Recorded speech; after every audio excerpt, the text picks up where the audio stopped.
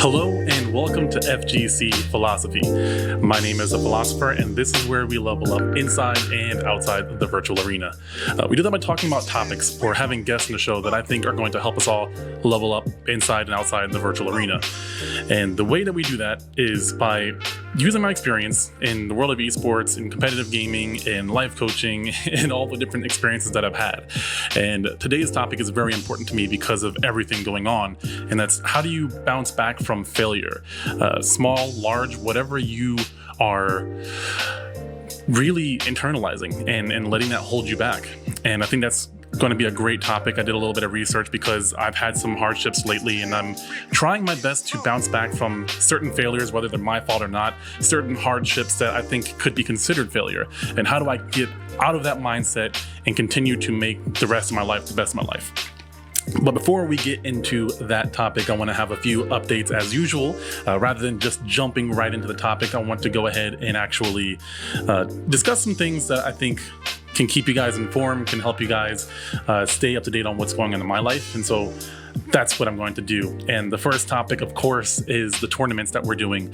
We now have two weeklies. We have an online weekly and we have an offline weekly, which is really awesome. So Mondays are our online tournaments. Those are Mighty Modem Mondays. I love the alliteration, a little bit hard to say when you're a little bit tired, but nonetheless, I do really enjoy those the alliteration on that one. But we do Dragon Ball and Street Fighter. Dragon Ball Fighters and Street Fighter 5. Dragon Ball is on PC, while Street Fighter is both PC and PS4, so it doesn't matter. Feel free to enter as long as your connection is good. Strongly encourage you to use Ethernet rather than Wi-Fi. If you have a bad connection, we find that the connection issue is on your side, then you're going to be DQ'd. But nonetheless, feel free to join those. Otherwise, if you live in the Southwest Michigan area, we're in Kalamazoo every Thursday at LFG Bar. Really cool venue if you've never been there before. Very gaming inspired. They actually renovated it during this whole quarantine. So when we came back, there was way more room for us to be able to do our locals, bring setups. Strongly encourage you to bring your setups as well. We do tournaments if we have enough people. It's $5 per tournament, and the price of admission is essentially anything on the menu. We encourage you to support local businesses. The owner, Amy, and the general manager, Wendell, has been Wendell, that's my neighbor. Mandel has been super supportive of everything that we're doing here. So we really want to give back to them so that we can continue to have a venue, and especially one that's as awesome as the one that we're currently staying at. So yeah, make sure you guys check that out. Information will be in the Discord. I'll have links in the description or the show notes for you guys if you're interested. Discord is the best way to stay up to date on what we're doing in any kind of capacity. We do just locals, in-person tournaments, whatever you may think. The Discord is probably the best way to interact with the rest of the community. The next update is actually going to be the 25-day challenge. Oh, I just did it. Okay. So the 25-day challenge, my friend Mega Maxstar, he's a co-host. He's no stranger to this show. He challenged me on Facebook, but I've been doing a social media purge for the most part, really avoiding it. So what I've been doing is I've been recording every video, and my hope is to actually put that into a montage or some sort of format, experimental format, where I record all 25 days of me doing push-ups and a little bit of commentary if I have anything to say, put it together and make that into a video.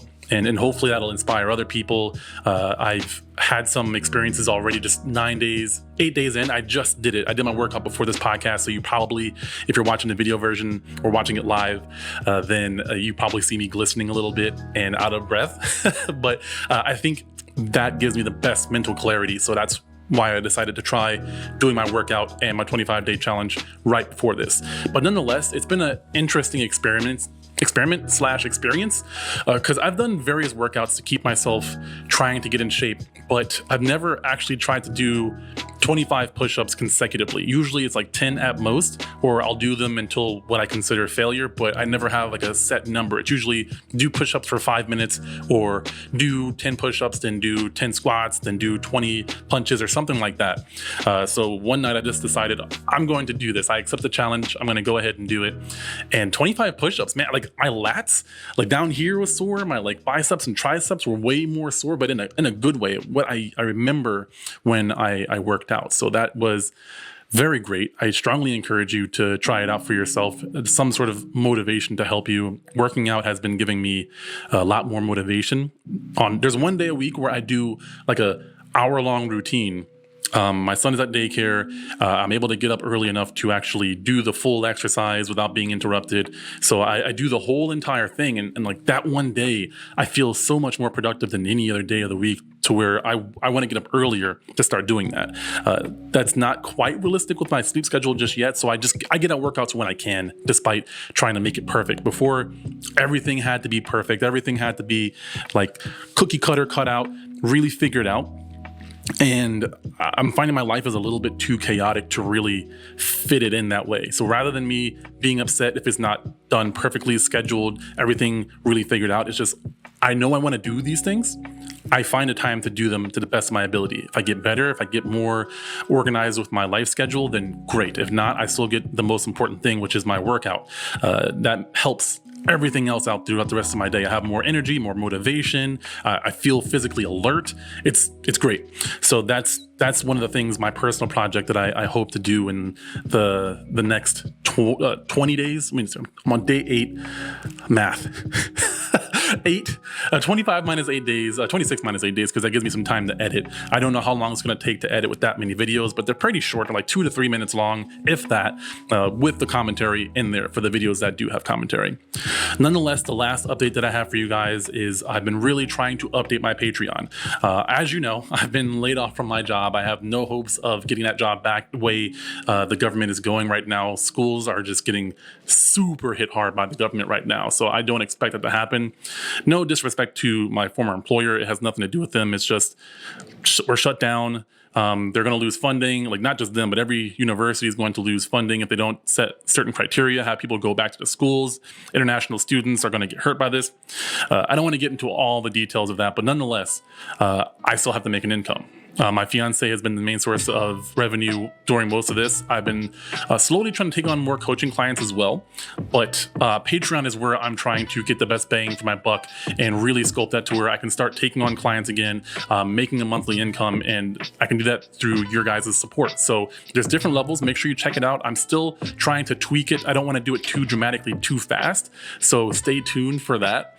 But yeah, I'll have links down that I can't talk. I'll have links to that down below. And if you don't know what it is, essentially it's a crowdfunding platform where you guys can give a monthly subscription, similar to Twitch. It's kind of similar to Twitch, but you pick the different price levels, and there's different tiers and different benefits or rewards for those tiers. So if you're new to that, that's one great way where you guys can support me, and I would greatly appreciate it. You don't have to if you don't want to, but that is one way you can support me if you'd like to. Moving on, let's get into the main topic. So, bouncing back from failure. Like I said before, losing my job, I started to, after this last year and a half, really identify with my job. My job and my personality were one and the same. You know, everything that I love to do, the jack of all trades, figuring out things, the personal development, the gaming, the esports, the competition, the production, live streaming. I was able to do a lot of these things. I was kind of a director / worker, because I would direct these things, plan these things, conduct these things, and then delegate them if I had people to delegate them to. And that was a huge blow for me the longer time has passed and the longer I'm not doing that. Doing things like the online locals and live streaming has helped me to ease that pain. But nonetheless, that affected me in ways that I didn't really notice at first, because I can be very numb to my emotions without realizing that I'm doing it. And so I have to sit back and really reflect on, why am I getting more irritated at certain things? Why am I feeling more or less motivated in life? And a lot of that had to do with my perception of my job and what was happening with me right now. I felt very confused as to what I wanted to do. I put my podcast on hold for the last year and a half. I kind of did my podcast, but it wasn't like, I went from 500 subscribers to 1,200 in the span of 6 months. It just shot. I knew the numbers. I knew my YouTube channel very intimately. And then I knew that I wouldn't be able to maintain that home ownership, having a kid, in this job where I'm working 40 to 60 plus hours a week. I couldn't really do the YouTube channel. So I sort of set that aside, thinking that I'd get back to it later on. and later on never really came until the quarantine. And I had way more time to really think about this. And that was hard for me to try to pick up the pieces. I felt like I was starting from like 0 subscribers, 0 listeners, because I put out a new video and they used to get thousands and thousands of watches. And now it's like 20, 30, 40, 60, maybe 100 if I'm lucky. And that made me feel like a failure as well for a little bit. I know naturally not to put much stock into that, but when you're hitting these high numbers and then you're going back to making content and you feel like you've progressed in your career, you think more people would want to watch your content, but that's not exactly how making content works. It's about momentum. It's about marketing. It's about relationships. And a lot of those relationships, a lot of that momentum was lost during that last year and a half. So it was kind of a double blow because I didn't have my channel to the full force. Like the viewership wasn't there. The job was gone. And the only thing I really had was like, being a father. That was the only thing that really gave me any joy. That was something I put most of my effort into. But even my health wasn't as good. I used to be way more in shape, way more lean, way more disciplined in my habits. And so that was another thing hitting me, making me feel like a failure. And those and smaller topics, smaller areas of my life are what motivated, what inspired this topic. So I went back, did some research, looked at my notes, watched some speakers that I look up to. And I wanted to share what I discovered and what works for me and what I'm going to be doing moving forward in my life in terms of bouncing back from failure. So the first area is managing and monitoring your self-talk. This is a great one. I talk about this a lot in various areas because a lot of people have these default mindsets and they just start berating themselves or they start complaining about things. There's 2 different categories I find that are what I would consider toxic or catabolic habits. One of them is blaming yourself for everything. You look at yourself as a failure and you internalize that. And usually that makes you a little bit more sad. People who internalize their failures and blame it all on themselves, they have a strong sense of responsibility, but as such, they're the victimizer and the victim at the same time. So they are berating themselves constantly. So it's only a matter of time before you start falling into that pool of depression, that deep well. And so if you don't monitor your self-talk, if you don't monitor your inner dialogue to yourself, then everything else is going to be very, very hard to overcome. Your habits are going to be hard to overcome. And that's something that luckily I still have to some capacity, but I definitely can improve on that. And pay attention to like what you're saying. But the other camp that I want to talk about is people who externalize their failures. They blame other people. The fighting game players is like, oh, that move is broken. You're spamming. You're playing cheap tactics. You have an OP character. Oh, I lost because of lag. Yada, yada, yada. Like those people that blame life, that blame, the government. They blame their boss. They blame their fiance, like their significant other, their wife, their husband, whatever it may be. They're blaming other people. They tend to be a little bit more in the angry, hard tilt camp, but that's still very catabolic, very toxic to their own well-being. And either one of those camps you really want to monitor, and if you're in that camp, start to change your inner dialogue. If you're getting mad at other people, start taking responsibility for your things, but not beating yourself up in the process. If you are internalizing a lot of these things, you need to start not hating yourself as much, not looking at yourself as I'm a failure. Start with small things like I failed at this specific thing, but I'm not a failure. I can learn from these things. And you want to start asking yourself questions, good questions like, what did I learn from this situation?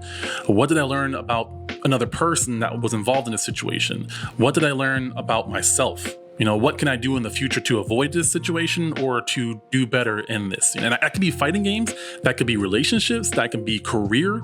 It doesn't really matter, but you have to ask those questions and not filter it through your current mindset. So if I ask myself, what can I learn next time? Then you have that person who's like, oh, I can't, it's impossible. I can't do anything about it, blah, blah, blah, blah, blah. Like those kinds of people, no, that's not the right way of doing it. You have to stop that dialogue because it's not working for you and dig deeper, find something, look at what other people are doing in your life. Unless you're doing something completely unique that no one has ever done.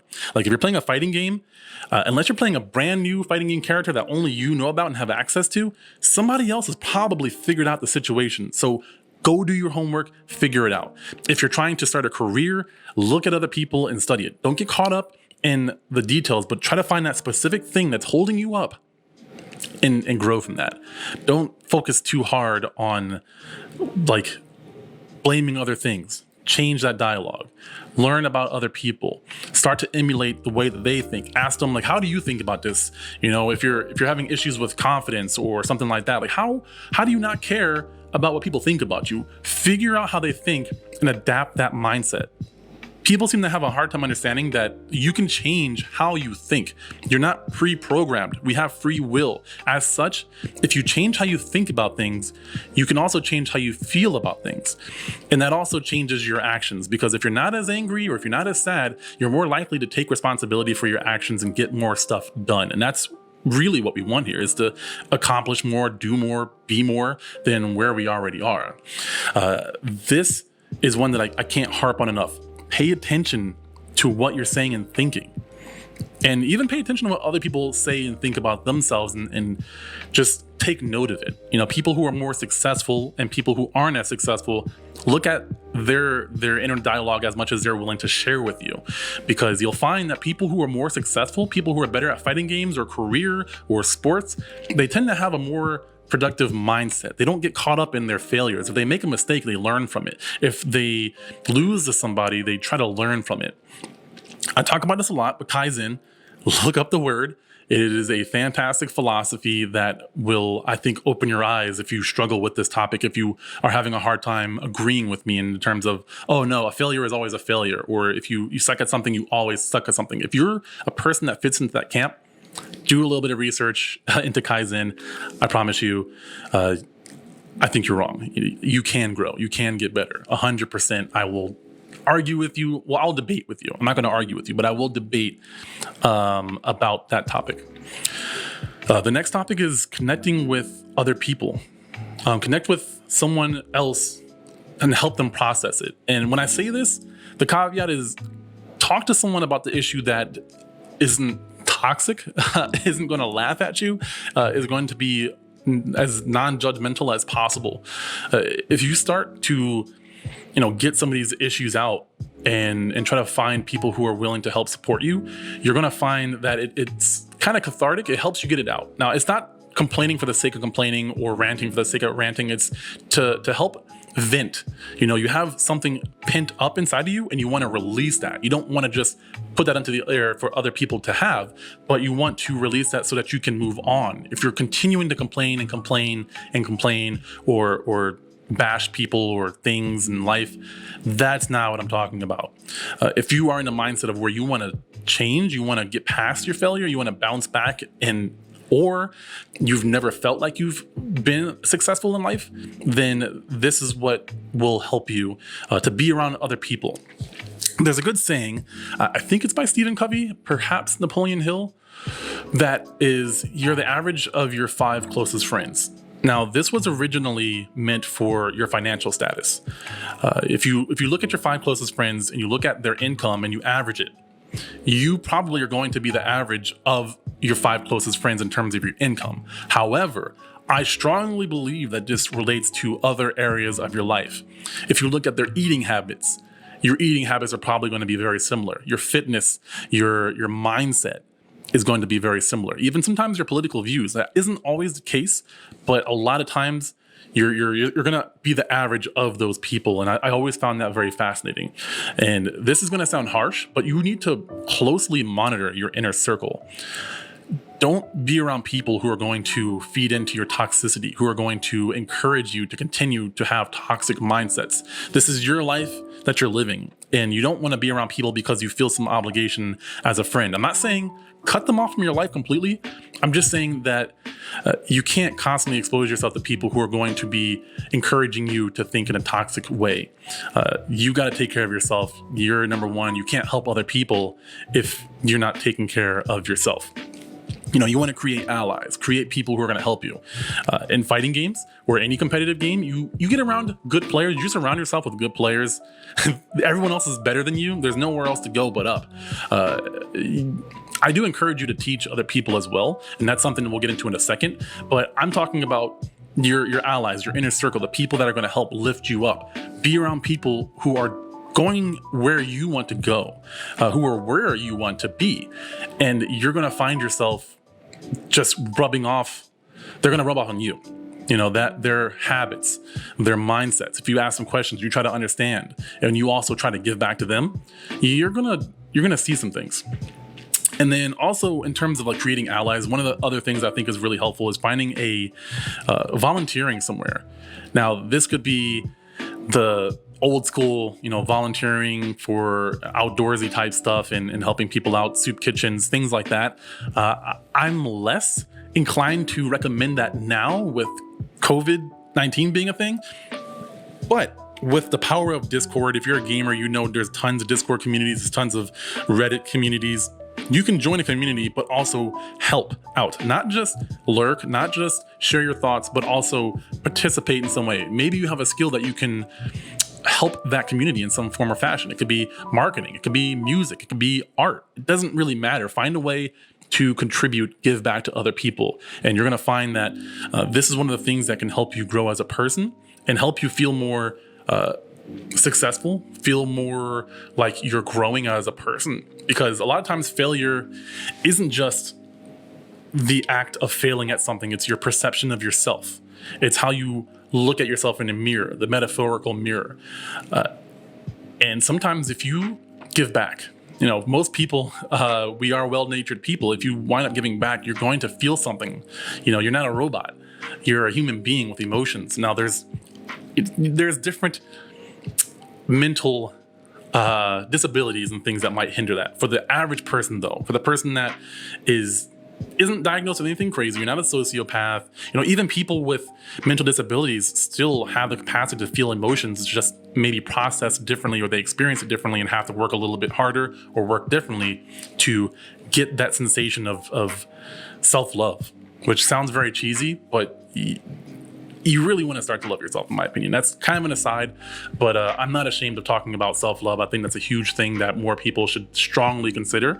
We've fallen into a society of self-deprecating humor with memes and the term shit posting and stuff like that. And I think they're funny and fun, but there's some people who live for that. They live in that, and they don't really ever get out of that kind of mindset. They're constantly memeing in real life, which I personally think is somewhat concerning, because if you're not learning to cope with your issues and you're only hiding them, you're only using self-defense mechanisms to really deal with your emotions rather than actually processing them and moving on from them, they're going to be there and they're going to carry with you into adulthood. And being an adult is going to get harder and harder and feel like heavier. Life and these struggles and these issues that you're having are going to feel and weigh very heavily on your shoulders.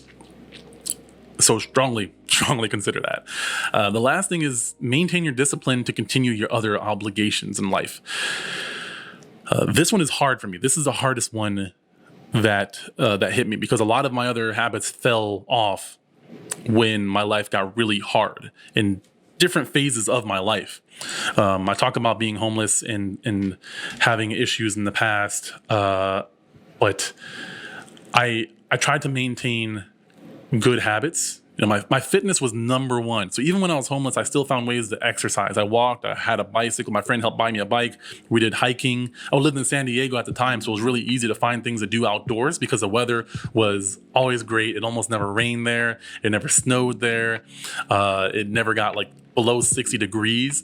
So it was a great place for me to be able to handle that situation in terms of my fitness. That was my main priority. Nothing else mattered except for taking care of my body and my mind and my metaphorical spirit. I don't really believe in a godlike figure, at least not like a Christian God, but nonetheless, I felt like harmony in my mind and my body were really important. That was my priority. So when life got hard financially, I still maintained that, but I realized as I got older, there were certain habits I fell off. When I get more stressed, I'm less likely to look at my bank account because I know it's not going to make me happy. But you have to maintain that habit nonetheless. Getting up early, go to bed early, those are a huge struggle for me. And they actually make everything else harder because I wake up tired. Because I still might get up at a good time. I have to take care of my son, but now I'm not fully present for my son. And it's really important to try your hardest to maintain the other areas of your life and not let that feeling of failureness bleed into that. Because it's very easy to do that. It's very easy to feel like, okay, I failed in this area and maybe this area too, and possibly a little bit in this area. So now it's going to affect the rest of my life. Eating healthy, I don't feel like it. I'm just going to go get a burger from this fast food restaurant. Exercising, why bother? I don't feel like it today. I'm tired. I'll do it tomorrow. I'll do it next week, so on. So really, really try to maintain the habits in the other habits in your life, because this is the most crucial time to do it. And if you don't do that, there's a chance that this is going to help in making you feel even worse about yourself. And that's not a good feeling. It's not a good feeling to be angry at yourself or sad at yourself because you're not doing these things, and it's snowballing and you're feeling more anxiety from the things that you have to do in your life, to the point to where you're overwhelmed. You don't know where to start. You don't know what to do or who to talk to about the situation. It's tough. And as I said before, talking to people can help. Maybe you need professional help at this point. Maybe you just need a friend. But either way, taking care of your obligations is going to help you continue to maintain the other areas of your life, rather than falling deeper into that well of depression or sadness or self-loathing. So those are the main 3 topics. So to recap, manage and monitor your self-talk. Listen to what you're saying in your head and try your hardest not to judge what you're saying. Just pay attention to it. Take note of it. As you get better at it, you're going to be able to better control your inner dialogue and tweak that, because your thoughts are what controls your emotions, and your emotions are what dictate your actions. So the sooner you start to cut that chain of command off and you tell yourself to think this kind of way about a situation, the sooner you start to control your emotional reactions to things, the sooner you start to control your actions in life and what you do. The next is connect with other people, whether it be forming allies, being around people who are where you want to be, volunteering for some sort of cause. Find something that you can do that gives back to a community or to other people. I guarantee you have some sort of skill, some sort of expertise, unless you lived in a cave where you do nothing your whole life. If you're researching things your whole life, it might seem useless. I used to think that everything that I did up to the point of being 25 was useless, but it's gotten me so many jobs as a result. I've mostly done nothing but play games. I went to school for game design. I worked at GameStop for 6 years. I worked in fast food while also working at GameStop to make ends meet while going to college. But a lot of those things, a lot of that experience helped me in ways that I didn't realize. When I worked at GameStop, when I first started, I was scared to talk to people. When I worked food service, I always worked in the kitchen. I didn't want to deal with the customers. I was too nervous. I didn't know how to deal with people. Now I'm confident with talking to people of any culture. I've moved around a lot because of my dad. So I've moved several times, and then I worked at several different GameStops from Alabama to Michigan to California. And I got confident in my ability to approach people, to talk to people, to sell things to people, things that I'm passionate about. I worked as a game developer. I went to school for game development. I didn't really have much training or care to have training in other areas of my life, but I realized that I knew games very well. So I got into games journalism and started writing articles for several websites and had some pretty successful articles. And I was like, wow, that's very fascinating, because I'm not a great writer, but I learned from working at GameStop how to talk about a game in a way that someone might like. I don't like this game, but here's why you may like this game. Or I love this game, but here's why you may not like this game. A good example, Metal Gear. I love Metal Gear. The storyline is amazing to me. I love the gameplay. But you may not like the game because you play a lot of action games, and notice you don't tend to play games with heavy story or long cutscenes. So you might fall asleep watching the cutscenes from Metal Gear Solid. You may get confused by the convoluted storyline. You may not like this sort of thing. I love it, but I can still sell it or not sell it, or recommend a game, build that trust with them, help them find a game that more fits what they tend to play. I'm going to recommend it and say why I like it, but also I'm willing to talk about why I don't like it. And people trusted me because of that. I had customers who would come to me specifically and wouldn't shop there unless I was there, because they knew that I wouldn't sell them something that I don't think that they would like. And I would say why they wouldn't like it, or I would say why I think they would like it. And I would pay attention to what they say, what they buy, what they do. And I got good at that, and I figured out how to do that in written form to the best of my ability. I had to study how to write an article because I sucked at it, but I had editors who could give me feedback. Anyways, those are the 3 things. Make sure you're giving back, make sure you're paying attention to yourself, and also build your allies. Build your allies and maintain your discipline in other areas of your life. That's the last one that I forgot to mention. I really like this topic. I'm very hopeful. And like I talked about before, the 25-day challenge, that's been the one thing that I'm really trying to do in my life right now. Other than my other life obligations, just one thing that I'm keeping track of, one little project that's going to make me stronger. And I feel like I'm getting more buff as a result of it. But no, that's what I have to say about that. Now the conversation starts, because I don't want to just talk at you guys. I want to have a conversation. What are the things that you do to bounce back from failure? Or if you don't have an answer for that, what were your thoughts on these? What's the biggest takeaway that you got from this episode? Let me know in the show notes, DM me. My social media is going to be in the description or in the show notes, as well as the communities, the FGC philosophy community, as well as the Kalamazoo FGC community, in case you want to participate in the tournaments or find some people to play fighting games with. As always, thank you guys so much. I appreciate everything, the support that I've gotten so far. It's been fantastic, and I look forward to more in the future. That said, thank you guys so much, and I will see you all in the next one.